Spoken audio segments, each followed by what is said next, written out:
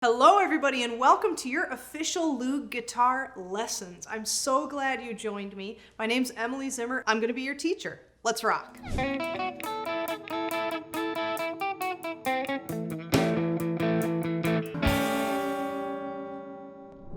going to teach you how to play a B minor chord.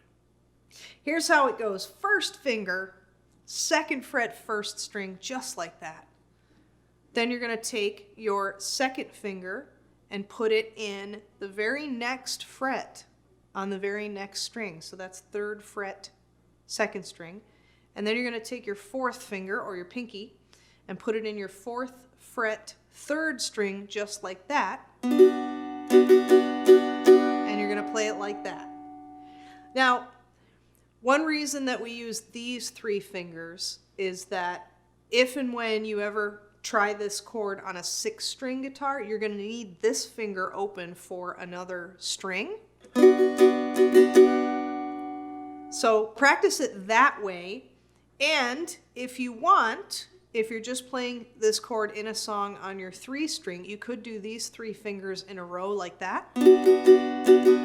It just kind of depends what you're doing and how quickly you need to get from chord shape to chord shape, and whether or not you're thinking about moving on to a 6-string guitar, I don't know. And another pro tip is make sure that you stay way up on your fingertips. We don't want any flat fingers like that, so that your chord shape comes out sounding like that.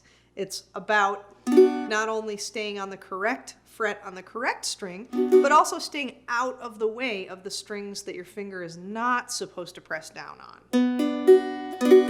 With lots of practice, I know you're going to get it. Come back for more lessons. I want to see you again.